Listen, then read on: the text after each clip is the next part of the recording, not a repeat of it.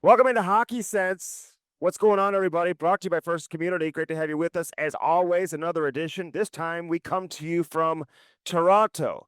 We've been on a world tour here on Hockey Sense, and it's great to be back with you. Next week we'll be in studio, start getting some guests in, and really start looking forward towards the draft and obviously free agency and what this team could look like moving into next season.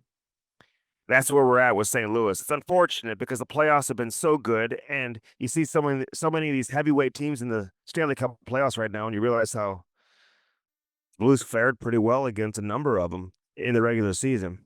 And the way they were playing down the stretch, you just kind of feel like if they would have gotten in, that maybe they could have been a competitive team.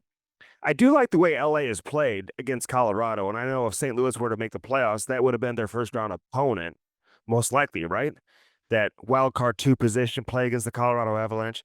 And I know the Kings are down 3-0, and so you would say, well, what do you mean? They've been playing some pretty good hockey. Listen, I think they played hard.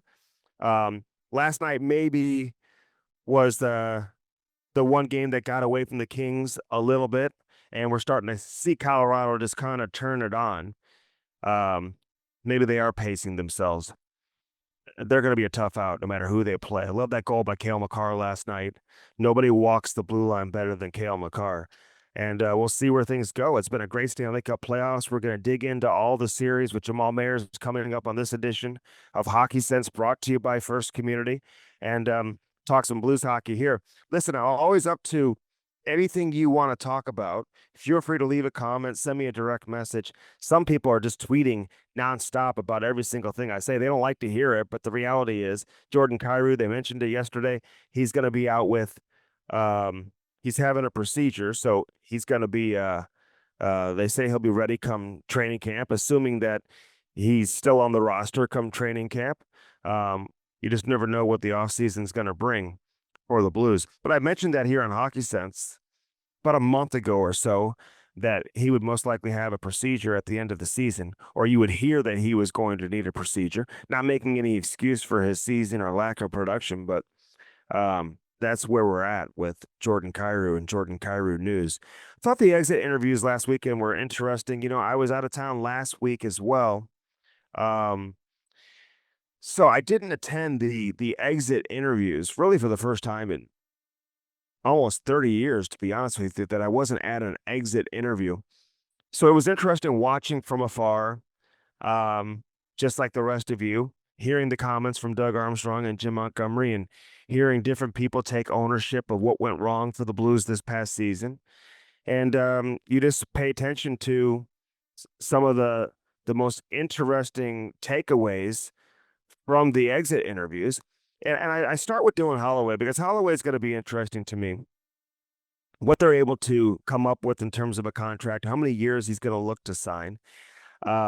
There's no doubt he's got some all-star qualities, and he's performed at an all-star level in stretches, but he hasn't been able to put it together in a full season. I think that could certainly hurt him at the negotiating table just because he has dealt with injuries. And Holloway has had injuries prior to coming to the National Hockey League as well. Although, like I've said several times, there's injuries when you're injury prone, when you're constantly having nagging injuries, and then there's fluke injuries like the one that he sustained this season in practice, having a guy literally fall on his ankle. Pavel Buchnevich fell on his ankle. He was out for several weeks, high ankle sprain. It was during a stretch where a number of players were having high ankle sprains for the Blues. And those are tough injuries to come back from. And he wasn't the player that he needed to be when he first tried to come back, but then obviously used the Olympic break as a time to get healthy and get himself ready to play, both physically and mentally. And he came back and looked like the player that you'd expect him to be. Showed great chemistry with Robert Thomas and Snuggerud. So now, what's a comp for Dylan Holloway? I look at Shane Pinto's deal with the Ottawa Senators. That comes to mind almost right off the bat. I know Holloway's going to try to hit a home run. And listen, his skill set would suggest that he should be able to hit a home run. But at the end of the day, like I said, health is everything. And so you look at his numbers overall, he just hit the 20-goal plateau. You can't pay him as if he's a 35-goal scorer. or a 40-goal scorer or a 30-goal scorer when he's never gotten to that mark in his NHL career. He's going to get there, though. He's just got to stay healthy. So Pinto signed a 4-year, $30 million contract. So I could see Holloway signing somewhere in that same range, as long as the team would agree with that, to lock him in short term versus trying to get something done long term. But that number on a long-term contract, if this guy can stay healthy, I mean, he'd be certainly taking or leaving a lot of money on the table, I would think, at this stage of the negotiating, just because of the reality of what type of production he's capable of putting up. So look at the Shane Pinto deal. He's got a 4-year, $30 million deal. It's an AAV of 7.5. So maybe that's something the Blues and Holloway's camp will look at when they get down to trying to get a deal done. He does have arbitration rights too. So again, we'll see how this plays out with Dylan Holloway. Robert Thomas was interesting. I love how Doug Armstrong put it, that if you're going to want to get Robert Thomas, the asking price is going to be very, very high. Listen, everyone takes the trade rumors differently. I've covered teams for years, and with some players, when they hear their name in the rumor mill or their name is thrown out there in a possible trade scenario, they don't let it affect them. They don't care. It's part of the business, and it just kind of falls off their shoulders. I think for this particular team this year, for a couple of guys, and I'll throw Robert Thomas in there, Colton Parayko as well, I think it rocked them. I mean, I just think they were really rattled by the news. Even though the team never went to Robert Thomas in the same fashion that they did with Colton Parayko, Parayko was shaken up. I mean, sometimes it's like, hey, listen, you have the option to say no. It's in your contract. You negotiated that. It's in your right. And I think when you go through it for the first time, I think it's easy for me or anybody else out there to sit there and say, okay, you just say no and you move on. I just think it's difficult. You know, the reaction for everybody is different. And I think some players can take that really personal, especially if you kind of have a natural sensitive personality that a guy like Colton Parayko kind of genuinely has. And that's what I love about the guy. So that was hard for him. But listen, he was able to shake that off. And, you know, he got his game in order, started to score some goals down the stretch, and was a great mentor for Theo Lindstein.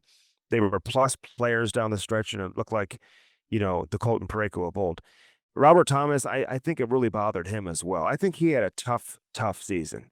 I think the news of not making the Canadian Olympic team rocked him, even though I don't think anybody expected him to make the team based off the first half the team had and based off of his first half as well.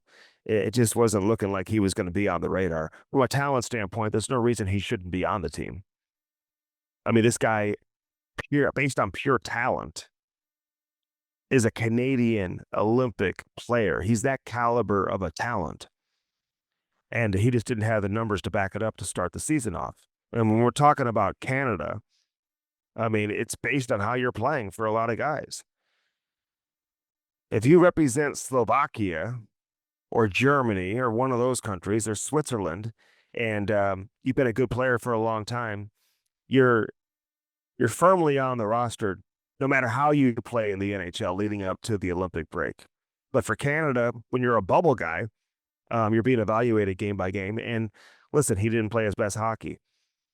We also talked about the fact that he wasn't healthy. I've said that several times throughout the course of the year. That was the biggest difference. People say, what's the biggest difference for Robert Thomas the second half of the season versus what we saw in the first half? And it was health. He could have had the surgery a while ago. And from what I understand, it was a pretty intrusive operation on his leg. And he didn't want to go through with it. And he waited. And probably should have had it done a while ago. And, you know, whether that's 100% the contributing factor as to why he turned it on and had the level of production we saw in the final stretch of the season or not, if it's all related to the injury, there's no reason not to take his word for it. I think it did come down to health. I mean, that game in Colorado at the end of the year, when Thomas had a hat trick. I think that was the first hat trick in his NHL career. Ended up getting another one late in the season against Utah, um, the last game of the regular season. That game in Colorado may be the best game that I've ever seen Robert Thomas play. And he's had some great games. But when you consider the opponent, you consider how important that game was for the Blues, who are still trying to make a push to get into the playoffs. That may be the best game I've ever seen him play. He was incredible in that game. Um, so yeah, the asking price is going to be extremely high, as it should be. Plus, he's got a no trade clause. So the reality of the situation is, how many teams could truly put together a package to get Robert Thomas? There's only a handful of teams that could do it. And for those of you out there who are saying, well, trade him to Ottawa and bring Brady Tkachuk here, Brady's not coming here without Robert Thomas, part of the long-term plans here in St. Louis.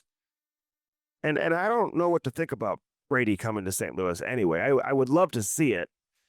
I don't know if it's 100% in the cards internally in his camp, if that's something that they are focused on or would really be intrigued by or interested in doing, coming to St. Louis, signing long-term. I don't know if that's in the cards, to be honest with you. And Brady, by the way, has no points so far in this playoff series. Stützle has no points in the playoff series for Ottawa. Shane Pinto, no points in the playoff series against Carolina, who just stifles you. Not the most fun team to watch, Carolina, but if you love the game and you like good, hard hockey played the right way, then I think you can appreciate what the Carolina Hurricanes bring to the table. But it's been a tough couple of games there for the Ottawa Senators. Now Travis Green's taking a lot of heat, didn't call a timeout in certain situations, too many men on the ice penalties. I mean, just looking a little bit out of sync there on the bench. And a lot of times you can point towards the coach on that one. I think Travis Green's a good coach, but again, I don't look at him as a elite NHL head coach. And you start to see some of those flaws with certain coaches when you get to this time of year. So as much as I'd love to see Brady here, I just don't get the sense from his camp that excites him. The idea of being a Blue would be as exciting for him as maybe it would be for the fan base to bring a Brady Tkachuk here. I think he'd love to play in Florida with his brother. No surprise there. I think New Jersey would certainly be an option with Jack Hughes there. And the fact that his wife is from New Jersey, he lives there in the offseason, I think that would certainly be a consideration. I think you always have to throw in the Vegas Golden Knights. They're always in the running, and I think always an interesting landing spot for a lot of NHL players.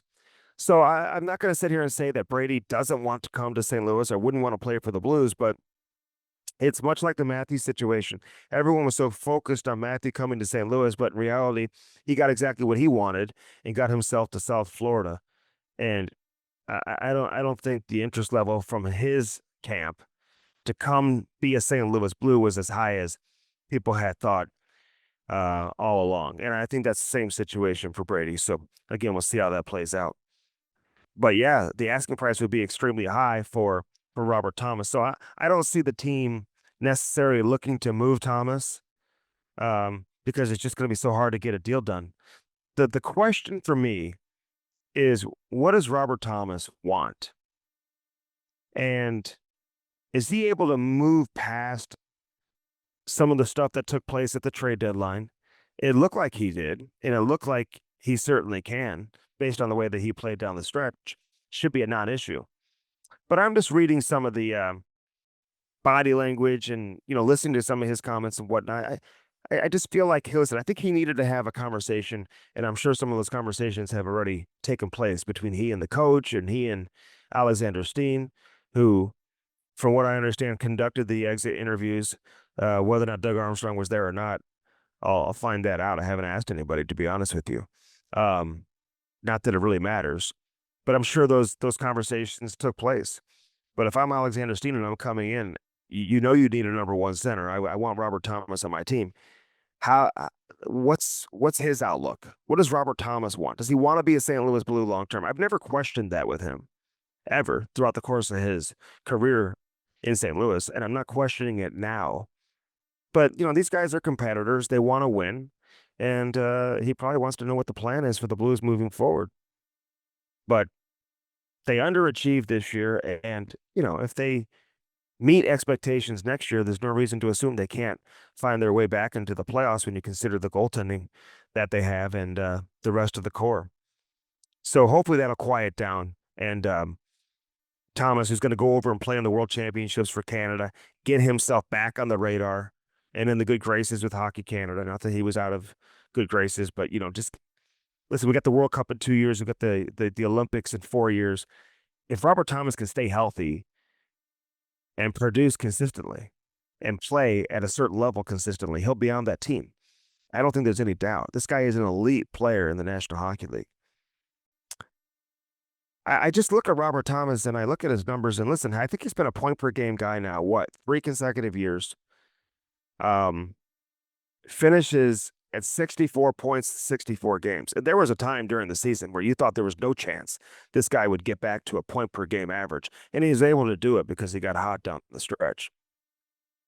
But at the end of the day, 64 points is 64 points. I know he was hurt, so he only played 64 games, but you need to start getting complete seasons out of these guys. And I love how Doug Armstrong put it in terms of the negotiation with Philip Broberg, who he said started the season at a high level and he finished the season at the same level. This guy's production and effort and performance and impact, it never wavered throughout the course of the season. And that's what you want to see from some of these other players. Stuggerud got hot down the stretch. Yeah, it's going to be more difficult for him next year, but again, you want to see consistent play in the first half of the season. Same goes with Robert Thomas, man. Put together a full season. Holloway, put together a full season. Because I want to see what these numbers look like. I truly believe that Robert Thomas can be a 100-point player. I think at minimum, if he puts together a full season, he's at 85 points. He can certainly get to 90, 95, even 100 in a career year, as long as they can get their power play going. You got to have a good power play. You look at all these guys who put up 100-plus points in the NHL, whether it's Celebrini, and then obviously the big dogs and McDavid and McKinnon and Kucherov and these guys, man. Look at how many power play points they put up. You can't just become a 100-point player by not producing on the power play. So they got to get their power play going. And we'll see what the coaching staff looks like. They obviously are needing to add a couple of assistant coaches. I don't think anybody should be surprised by that news. I think the writing was on the wall with that, especially once you saw Davey Alexander on the bench, the goaltending coach. Whenever the goaltending coach comes down to the bench and he's standing right next to the head coach, and when you look at the communication, I always watch the communication with head coaches on the bench during a game. And I got the sense that Davey Alexander was Jim Montgomery's right-hand man.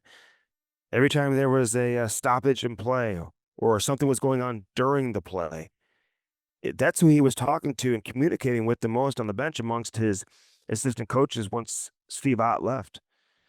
So, so obviously no shock that Davey Alexander stays, but no shock, I don't think, that the Blues move on from the other two coaches to Mikey Weber and Claude Julien, who both are really good coaches. Claude Julien, his resume speaks for itself. He doesn't really need to be coaching. He doesn't need the money. He's had a lot of success, and we'll see what the future holds for him. If he even wants to coach, we'll get him on the show, man. I've always enjoyed talking to Claude. And Mikey Weber's a very smart young coach. I think still finding his way in the NHL. He got to the NHL relatively quickly as a coach. Craig Berube gave him that opportunity. He's got a great relationship with Steve Ott.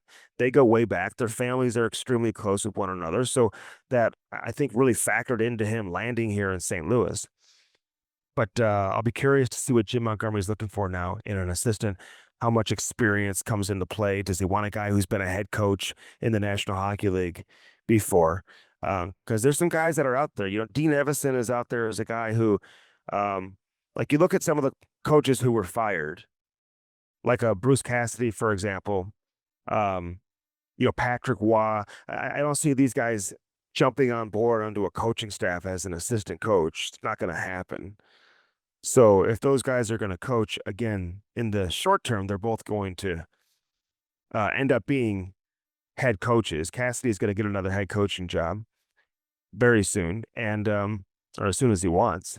And Patrick Waugh, if he wants to coach again in the National Hockey League, that opportunity would likely be because he's offered a head coaching job versus jumping on board as an assistant. I think Dean Evison is not in line to get a head coaching job right away. And if he wants to coach in the NHL, his best opportunity or best option could be to join the Blues staff as an assistant if the Blues even would have interest. Donnie Granato is the guy. They mentioned teacher. This guy is truly a teacher. And, he's a very good coach, and he's coached young players in the past, and he had a lot of success at the U.S. development program. And he's coached a lot of guys that have gone on to become superstars in the National Hockey League from his time with the NTDP. So those are a couple of head coaches who have been fired in recent memory that if you're looking for guys who have been head coaches recently, then, those could be a couple of options the team is looking at. So we'll see what this looks like for the Blues and their coaching staff. Thought it was interesting that Jim Montgomery talked about how he kind of got out of character and that he went hard at his players, and it's something he'll never do again. And I kind of remember the time period of when that took place, and I could be wrong. But when I think about what he's talking about, I think about when the team was in Buffalo. They came off a really tough game. I want to say against Detroit, was it? Or Columbus? I forget who it was. But they had lost the previous game. They had a back-to-back game. And the Blues got into Buffalo really late. I mean, we're talking 1, 2 o'clock in the morning, whatever it was. And they still had a morning skate the next day on a back-to-back. And I think that got a lot of people's attention. Jordan Kyrou was a healthy scratch that game. Apparently he was having some personal issues behind the scenes that he was dealing with as well that they were trying to get corrected. So it was just an interesting time. And that really sticks out and stands out for me when I think Monty went hard at his guys. Now, the Blues ended up winning that game in Buffalo. So, they responded to having to go to the rink and skate in back-to-back games. You don't see that happen too often, although a couple times later in the year on the back-to-backs, they still made those practices optional. A lot of times the guys still go down to the rink and they have meetings and whatnot. But the Blues are going to have to get their training camp in order next year. Obviously, fewer preseason games means you're going to get your A lineup in games earlier in preseason than maybe you would have in the past. But you just got to make sure you get line combinations that you want skating together. You want them skating together in practices during training camp, and you have them playing together in the preseason. You had lines that started the season when the regular season came around that didn't even practice together, I don't think, in training camp or in the preseason. And so you expected that chemistry to automatically be there, maybe because those players had played together the year before. Well, it just didn't translate. They weren't ready. The game against Dallas at home in the preseason really stands out. Dallas brought their A lineup. The Blues didn't put the right lineup in. Internally, they admitted that was a mistake. Shortly thereafter, players were coming up to us in the press box saying, why didn't we dress a different lineup? I mean, so there was a little bit of red flag, during the course of the training camp, even before this became a narrative. No one knew the team was going to struggle coming out of the gate, but you just felt like they didn't have a great training camp. That won't happen again next year. It's going to be a hard training camp. It's going to be a focused training camp. And so I think the team learned their lesson from that standpoint. And you can't get off to a slow start again. This has been a far too common theme, no matter who the coach is here in St. Louis, where you get off to a slow start and then you try to play catch up during the regular season. You just can't expect to do that, even though the Blues almost did that again this year, and we've seen them do that in the past. So anyway, we'll see. I can't wait to see what training camp looks like coming into next season. All right, let's take a break. I'm coming to you live from Toronto. Let's get into some of these playoff series with Jamal Mayers. I'm looking forward to it. So many different things to kind of talk about from that standpoint. First Community brings us Hockey Sense each and every week from Half Coast Studios. Tell your friends, subscribe. We go all year round, and we'll continue to do so. I love how April is Credit Union Youth Month at First Community. So the year Youth Month is all about sweet savings. So they have fun stuff for kids to do online and in the branches. They can win prizes. They can do all these different things for Youth Month. And as always, having any of their youth savings accounts means money for good grades, plus invitations to exclusive events. So there's all these different programs and incentives that they have with these youth bank accounts, and a great way for kids to understand what the meaning of saving money and the value of saving money and having a bank account and how learning that responsibility at a young age. So opening an account for your child or grandchild is a great way to teach those kids the importance of saving money. Stop by your branch today and learn more about a youth savings account from First Community. All right, Blue Note Roofing. You see the phone number there on the screen, 314-920-5713. Call David Novak today. We had some bad weather recently. If you suffered any wind or hail damage, let him come out and give you that free estimate. He works with all the major insurance companies. 314-920-5713. Blue Note Roofing, baby. Roofing, gutters, soffit, fascia, siding, whatever it is you're looking for, David Novak can certainly help you. He's the best in the business. Lordo's Diamonds, been around for almost 70 years. Can you believe that? Gotta love our friends over there at Lordo's Diamonds. 314-432-8008 if you want to talk to Mike or Jimmy Lordo or anybody with their staff. Whether you're coming in there with a $500 budget or a $500,000 budget, it really doesn't matter, because they will take great care of you over there with Lordo's Diamonds. Right there in the heart of Ladue. You can't miss it, right next to Truffles. I may have been to Truffles once or twice. It used to be our place where we'd stop on the way home late night, just for one, over at Truffles. But Lordo's Diamonds right next door. Stop on in and say hi to Mike and Jimmy today. Dirt Cheap Fun Fun, your one-stop party shop. Download that app today and find out all the great different savings you can find only on their app. You got to have the app to get the best savings from Dirt Cheap Fun Fun, your one-stop party shop. They get great incentives on game days. They've got that incredible walk-in beer cooler at Dirt Cheap. Best selection of beer, wine, and booze. Do not sleep on the party supplies as well. Paper goods, all of that. So if you've got graduation parties coming up, summer barbecues, whatever you need, you can get it all. It's like a one-stop shop over there at Dirt Cheap. But with the app, you can also get free delivery. They also have delivery. If you live within 10 miles of a Dirt Cheap location, you can get free delivery by using the promo code Blues Hockey. So do that and do it today. The Wallace family, changing lives here in St. Louis, one dirt cheap at a time. And we absolutely love it. All right, St. Louis Lawn Equipment. My yard looks unbelievable right now because the people at St. Louis Lawn Equipment are not only cutting my lawn, but they use the incredible equipment that you can find at St. Louis Lawn Equipment. 4 locations. They've got the Afton location, DeSoto, one in O'Fallon, as well as the St. Charles location. And you got to love that. This is your outdoor power equipment superstore. You ever want to go have fun inside one of these stores, you just go check it all out. They've got commercial mowers, residential mowers, handheld equipment, snow equipment, trailers. They've got it all. New inventory if you want to buy something new, but they also have pre-owned stuff. And if you've got a machine, a lawnmower, a riding lawnmower, a commercial lawnmower that needs service, they can service it. They'll fix it for you. Don't just feel like you have to get a new one. They can fix it for you. They've got all the parts. If you're looking for specific parts, if you want to fix it on your own, you can do that as well. stlouisequipment.com. Check out the website today. One of our favorite sponsors we've ever had on here. I love all my sponsors, but I love this store, stlouisequipment.com, and love having St. Louis Lawn making my lawn look beautiful. All the aeration, and yeah, it looks like Petco Park there in the backyard. The way they got all the lines and everything cruising through my backyard. I absolutely love it. All right. Let's take a break. Jamal Mayers joins me next. This is Hockey Sense, brought to you by First Community, coming to you from Toronto. Jammer in studio next. Stay with us. All right, back here on Hockey Sense.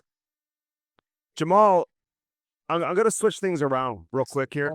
Here we go. We're going to get into some hardcore hockey talk real quick. But Dobbs Tire and Auto Centers. I want you to tell me about Dobbs Tire and Auto Centers before we get going, because I don't want to save it. I want to get it out. I want to let the people know right now, when you're traveling around the mean streets of St. Louis, that you're always going to have that peace of mind knowing that you got those Dobbs Tire and Auto Center tires on your car, and if something goes wrong, it's all good.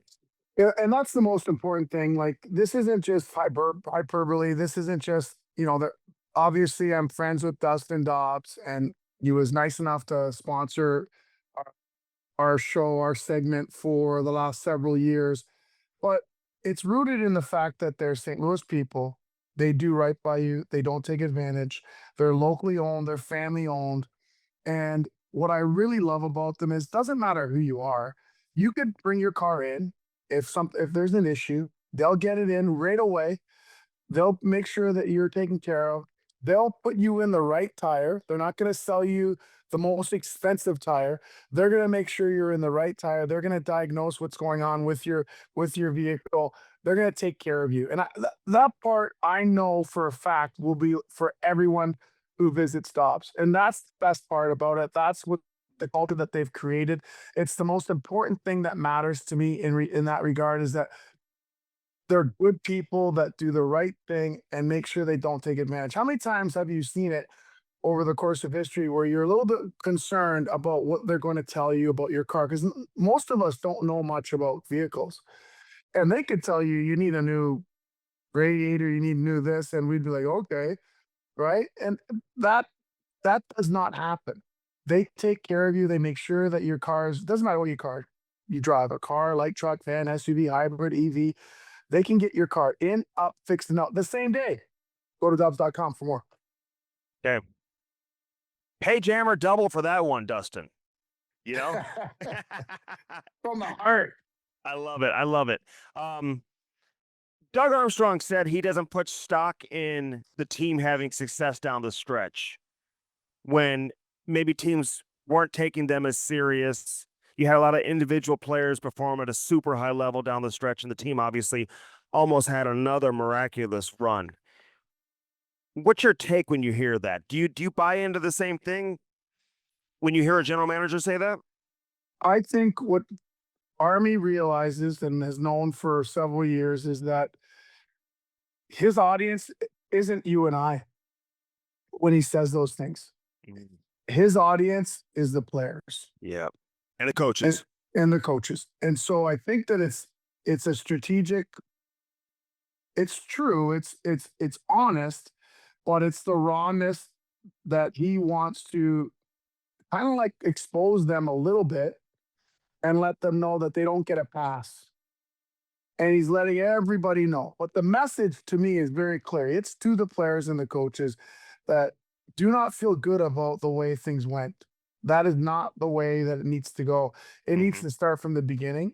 And I always point to the fact, like, in covering, I was covering the Sharks and the way that things went. They were close. They missed by, I believe, 4 points. Very similar to the Blues in that regard. They were very close at the end.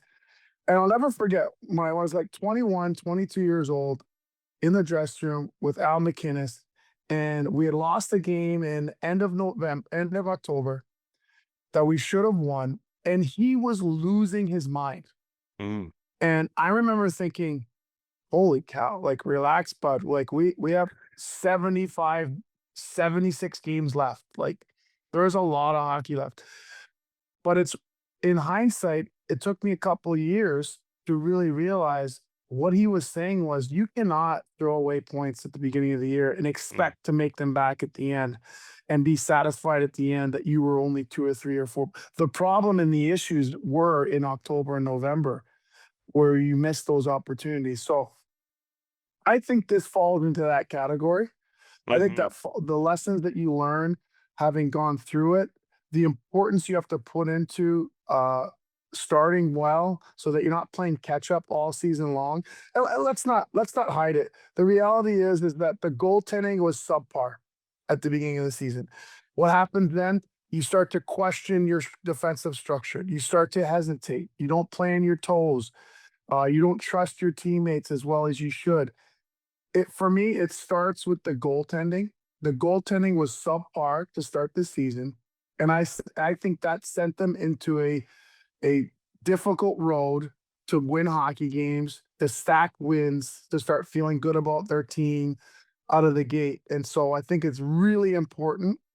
I like the way the message sending that Army's giving that they underachieved.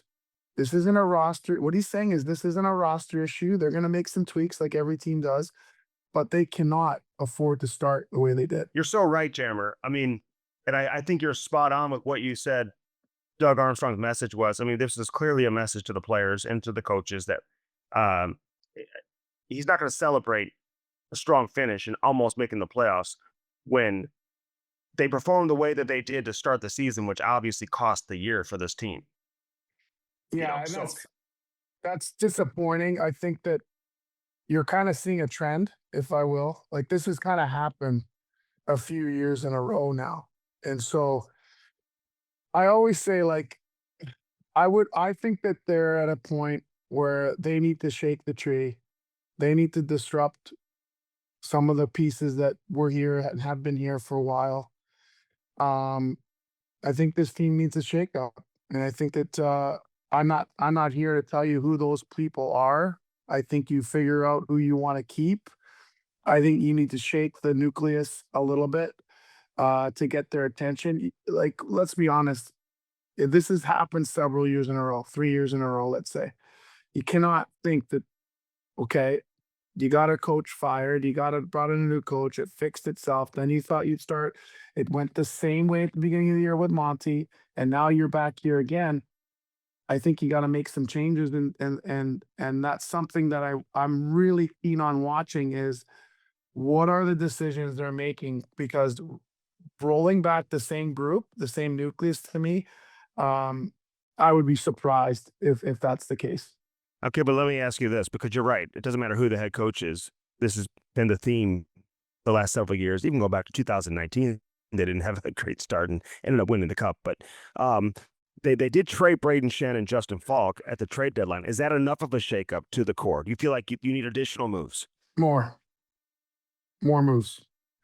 I think they need to retool a little bit their back end. I think there's some really positive signs in regard to um, things you've seen from younger players, but I still think there's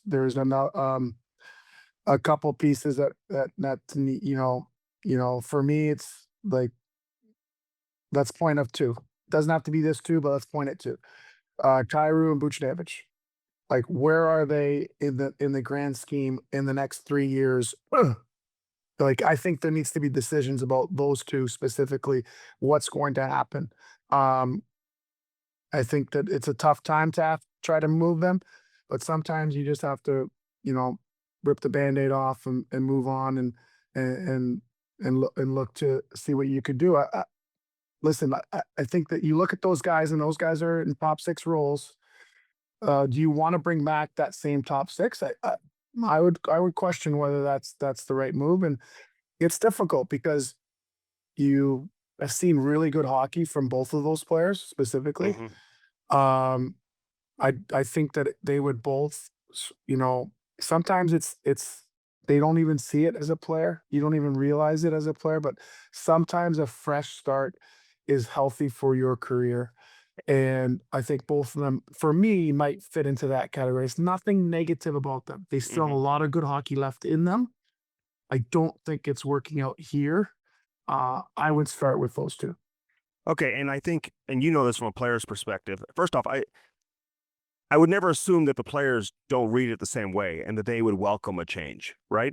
They Right. see the Snuggeroots coming in, the Holloways coming in. They know this Carbonneau is going to be coming in at some point. Um, they see who's on power play one, who's on power play two, who's getting the bulk of the ice time, who's on the ice when it matters in crunch time. And these are guys who have been around for a little bit and have had success. And I think sometimes it gets to a point where maybe things aren't going the right way for a player and the player wants to stick it through. They don't want to go. And I think eventually it gets to a point where I think they realize too that, hey, maybe a fresh change of scenery may be the best thing for their career too. I don't want to put words in either of their mouths. You brought up Kyrou and Buchnevich, but I don't want to assume that just because they have no trade protection that they're saying, no, I'm not leaving. I'm not going anywhere. They just missed the playoffs. And I think, these guys have some personal pride too. They want to find a way to win. And if they feel like their best chance to have a big role on a team that can be competitive is elsewhere, I think they would probably entertain that. Yeah, I mean, Listen, at the end of the day, if the organization comes to those players, let's talk about real scenarios, and says, "Listen, this is the truth. You're not going to be in our top 6. Okay? I don't even know if Monty has you on the second unit power play. That's where you are. Um, what do you want to do?" Well, I don't know about you, Andy, but I've been in that room. I've been in those situations before when that does happen and they're presented with a dead end. No player is going to say, "Yeah, I'll choose to stay." What they will do is dictate, "Okay, here are the 6 teams or 8 teams. That I'll go That's to. Yeah. something that I would be willing to go to. Can you see Hmm. if it would work with these 8 teams?" No trade, no movement doesn't mean you're not being moved. It Right. means you have a little bit of say in where you're going, right? Because ultimately, you've earned that right. You've Hmm. negotiated it. It's your right. But the reality is, no one wants to stay where they're not wanted. And so, I even think it's mending the fence, even with Franco, is and credit to him. Like that, he made a tough decision, but it's still in the back of his mind. He's a human being, right? Like 100%. and so it's like part of him might be like, okay, season's over. I didn't want to do this during the year. I didn't want to go to Buffalo specifically. If you can work something out with these 6 teams, I'll be willing to go. Yeah. And I I, think that's the communication. And listen, I have no problem with him saying, no, I don't want to go to Buffalo. He wasn't expecting the team to come to him in the first place. He was blindsided by it. He's a very sensitive guy, right? I think Jamal, you've been around players probably when they're dealing with this for the first time in their career. Sometimes guys it just shocks them and they yes, take it so hard. And I think in the case of Pareko, that was probably the case. And to a lesser degree, Robert Thomas, because the team never came to him, but his name was thrown out there, and it was everywhere. And I think that rattled him, man. I mean, these guys who are young, they're in the prime of their careers. In the case of Robert Thomas, he's only 26. Obviously, Pareko's a little bit older, but I think going through that for the first time can be hard for guys who are star players, don't you think? absolutely. Because, they have egos. They wouldn't be the player that they are without it. And the reality is they want to be part of the solution. And to think that perhaps the organization doesn't think you're part of the solution going forward is tough to hear. It's also a unique situation in that it's their first organization, right? So Hmm. that first time you move, that first time you hear that, the first time is always the most difficult. Like I was fortunate, got to play in one place for 10 years, but I always told my family and my wife that if I play as long as I want to, it's going to happen. Like I Hmm. am not staying here the whole time. Yeah. And so, you don't know when that's going to happen. Doesn't make it any less difficult.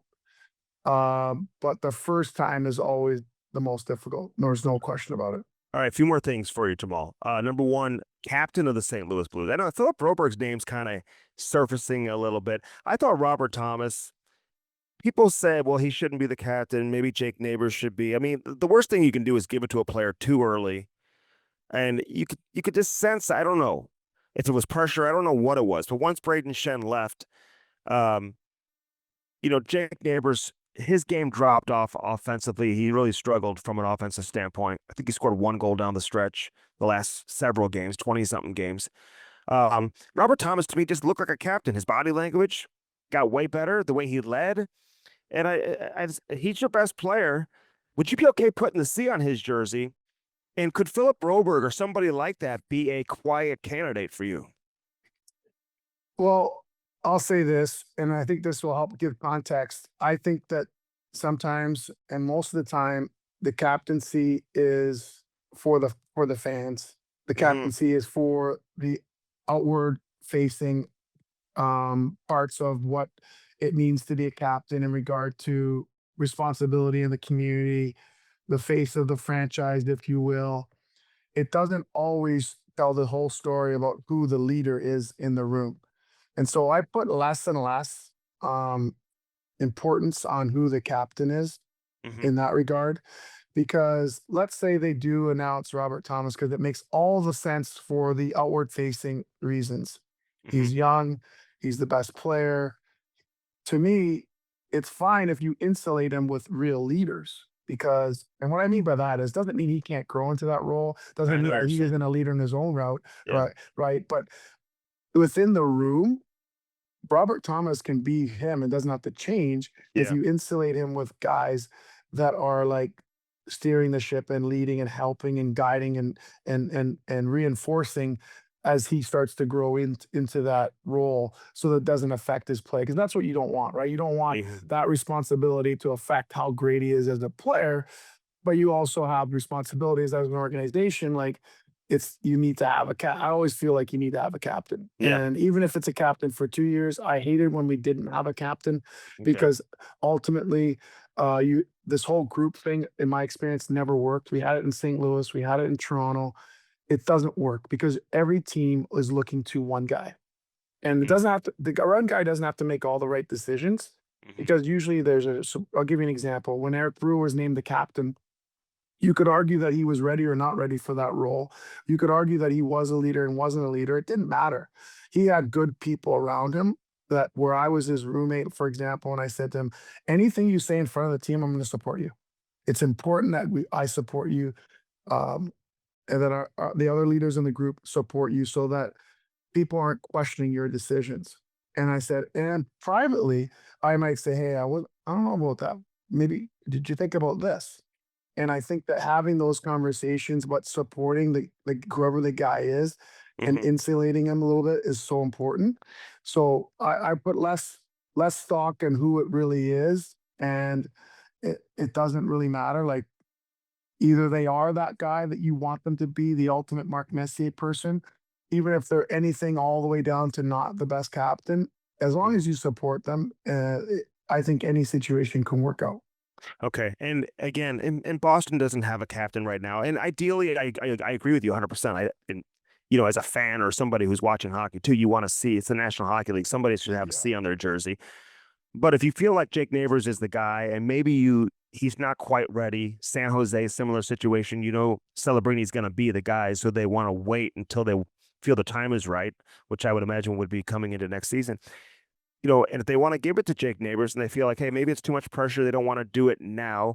Maybe they do go a year without having a captain, you know what I mean, and wait a year or two before they do it. But we'll see how that plays out. I want to get a couple more things real quick from you, Jamal, before I let you go. Real quick, Steve Eiserman's comments kind of saying we need better players. I don't know if that was taken out of context or not. I went back and listened to it. Um, I think you can take it any way you want. I mean, I've said all along too when they didn't make the playoffs, like they need better players. I mean, how many years in a row we're going to go through with this, right? I mean, I love Dylan Larkin and some of these guys, but they're just not getting it done. So, yeah, they probably do need better players. Do you have a problem hearing that from a general manager? No, I think that's him taking ownership, right? He, the coach doesn't dictate who the players are, it's the manager. And so for me, I read it as he was taking ownership for he needs to, tweak the roster a little bit Mm-hmm. and bring in different people. And I think that that was a different tone than last year, um, in saying that, the players underperformed and it was the coaches and the players. So I took it as him taking ownership of the situation. Um, I have the utmost respect for Steve Eiserman. I think that he knows what winning looks like. He is a very bright guy that has been in this game a long time at so many different levels. I think he's going to fix it. I think he knows, and he's a great listener. I'll give you a quick story.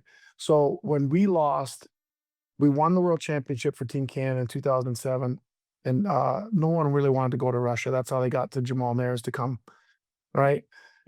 But the next year, Stevie Y brought back the same fourth line.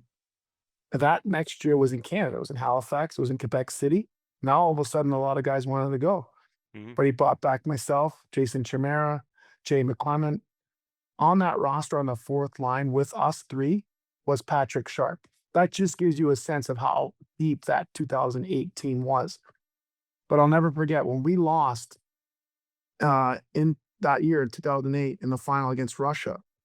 Steve Eiserman came up to me and said, I had scored the tying goal against Sweden, surprisingly to you, but I didn't play much in the final against Russia. Mm-hmm. And so we're all dejected. And literally, like 30 minutes after the game, we're just sitting there, can't believe we lost. he comes up to me and says, "Hey, I'm going to give you a call in 2 weeks, and I want to know your honest opinion of what happened and why we didn't win." And I was like, "Oh, oh yeah, sure. Steve Eisman's going to call me in 2 weeks, really?" Like, I just blew it off. Literally, like 15 days later, he calls me and asks me, and so I think he not only is he a smart hockey guy, but to think that he would talk to, like, want to get all Yeah. the information before making decisions, and so he's very pragmatic, very thoughtful, very aware of, like, the importance of what it takes, in my opinion, to have a winning formula, Yeah. and so I know he'll fix it. I know he'll people are frustrated there. They want a playoff team. I think the NHL needs Detroit in the playoffs on a consistent basis. Um, but yeah, I just took it as he was taking ownership of what the roster currently looks like. Okay, great story, man. I love hearing that. All right, we'll get into some of these playoff series next week. I got to run out to a game right now, so All I'm right, I'm, man. I'm gonna cut this one short. What are you having for dinner tonight? You're in St. Louis, so what's for dinner, Jammer? Oh, buddy, Bartolino's. You know, they've got 5 restaurants: Bartolino's South, Bartolino's Osteria, Chris's Pancake and Dining, and Chris's at the Docket, Bartolino's Twin Oaks, which is our favorite. I know it is. I saw you Oh yeah, there or heard about you being there for a family event. They forge many lasting relationships with their customers. Their family motto: cook good food, serve plenty. 50 plus years in business, only 2 places to dine: at home or at one of Bartolino's family of restaurants. And Ty wants to get to the game. I know. Who puts the ah in spa? We'll get to it quick here. I want you to be able to perform. Don't be thinking about your dad getting you there late. Well, local master spas dealer with 2 locations, Sunset Hills, Missouri, and Overland Park, Kansas City. Mike Lay is the owner of Spas and More. His daughter runs the show there, Angie Hess and Bribe Oldham at the Sunset Hills location. Spas and More offers high quality hot tubs, swim spas, cold tubs, and infrared saunas for all of your health, wellness, and relaxation needs. Turn your backyard oasis into the oasis of your dreams with a master spas from Spas and More. Spas and More, located at 12957 Gravois Road in Sunset Hills, where we put the ah Ah in in spa. spa. There you go, bro.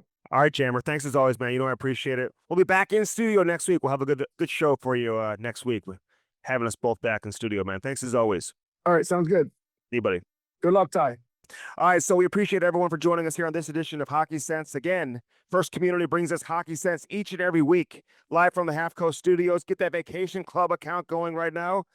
Summer's officially right around the corner, and that means family vacations for lots of you, but you got to pay for it. That's correct. You can get a 7.9% credit card with no annual fee.